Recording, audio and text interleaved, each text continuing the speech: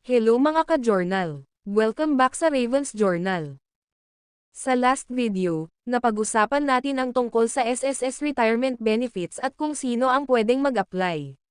Pero syempre, ang pinakatanong ng lahat ay, magkano nga ba talaga ang makukuha kong pension pag nag-retire ako?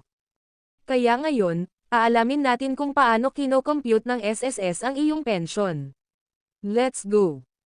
Unang dapat nating malaman ay ang tinatawag na Average Monthly Salary Credit o AMSC. Ito ang basehan ng SSS sa pagkukwente ng pension mo. Paano ito kinukuha? Simple lang. Kukunin ang average ng highest 60 months o 5 years ng contributions bago ang semester ng iyong pagre-retiro.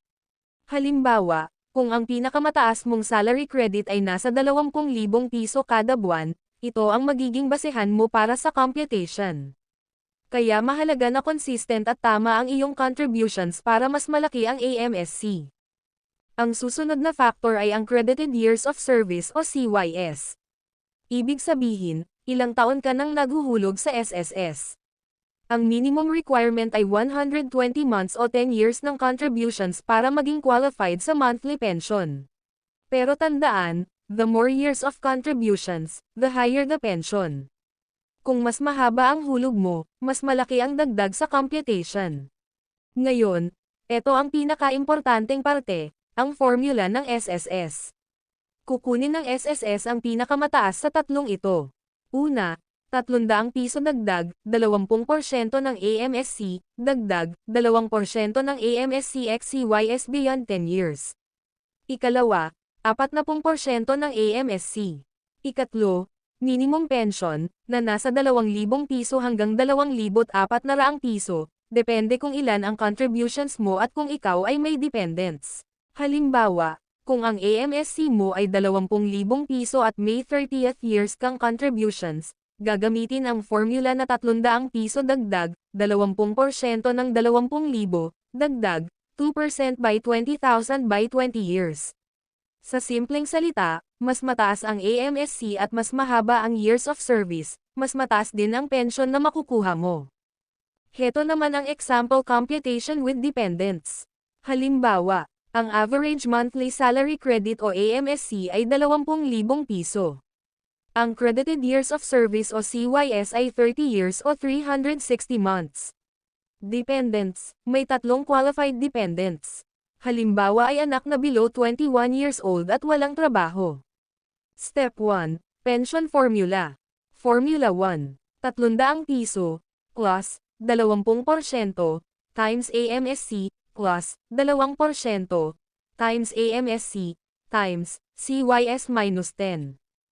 Equals, 300 piso plus, 20%, times, 20,000, plus, 2%, times, 20,000, times, 20.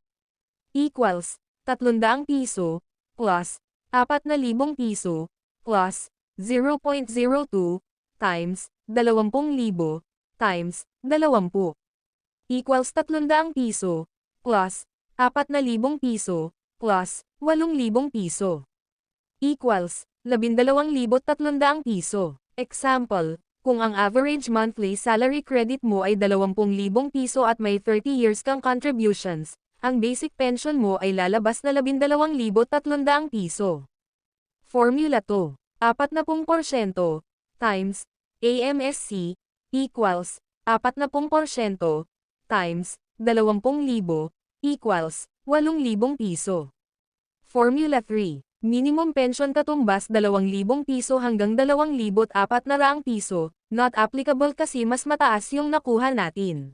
Ngayon, kung may tatlo kang qualified dependents, bawat isa may additional na 10% of your basic pension, or 1,230 piso. So 12,300 piso plus 3,600 for 3 dependents. Total na makukuha mo every month is 15,770 piso. Kaya kung may dependents ka, malaking tulong ito kasi nadadagdagan pa ang pension na matatanggap mo. Pero paano naman kung kulang sa 120 months ang hulog mo? Dito papasok ang lump sum o one-time payment. Imbes na monthly pension, isang bagsakan mong makukuha ang benefit. At para mas maintindihan nyo ito, gagawa tayo ng hiwalay na video para lang sa lump sum option. Kaya abangan nyo yun. Mga ka-journal, tandaan, mas mataas ang hulog katumbas mas mataas ang pension. Siguraduhing tuloy-tuloy ang contribution habang may income ka. At laging i-check ang my.sss portal para updated ka sa record mo. Kaya ngayon alam mo na, kung paano kinakalkula ang iyong SSS pension.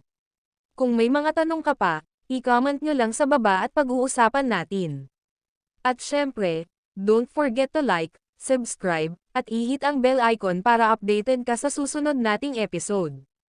Dahil next time, mas e-explain natin ng detalyado ang tungkol sa SSS lump sum o one-time payment. Kita-kits mga ka-journal, at salamat sa panonood.